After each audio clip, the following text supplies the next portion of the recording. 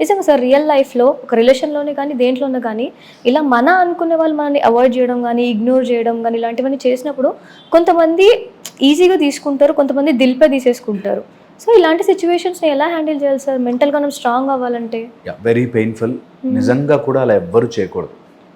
నేను ఈ మాట అందరికీ చెప్తాను. ఎవరైతే అలా మన అనుకున్న వాళ్ళని ఇగ్నోర్ చేస్తారో వాళ్ళు జన్మ జన్మల పాపాన్ని మూటగట్టుకుంటారు. So very important, don't ignore. ఒకవేళ ఎవరైనా అలా ఇగ్నోర్ చేస్తే ఓకే, ఫస్ట్ థింగ్ వచ్చేసి everything is an emotional bond which doesn't exist. నిజము కాదు. ఇది అందరూ తెలుసుకోవాల్సిన విషయం ఏంటంటే అన్ని మానసికంగా మనం ఒక అటాచ్మెంట్ పెట్టుకుని అయ్యో అని దానికోసం బాధపడుతుంటాం. It is actually non existent. అది లేకపోతే ఇంకోటి ఉంటుంది ఓకే. కానీ మనము ఎమోషన్స్ అన్నీ దానికి అటాచ్ చేసి అది తెగిపోతే ఏంటి నా పరిస్థితి అనే దాంట్లో ఉంటాం. అలాంటి వాళ్ళు ఇగ్నోర్ చేసేసరికి నేను ఇంత ఇష్టపడ్డానే, నన్ను ఎందుకు ఆ మనిషి ఇష్టపడట్లేదు ఆర్ చూడట్లేదు, రెస్పెక్ట్ ఇవ్వట్లేదు అని ఉంటుంది. That is a construct.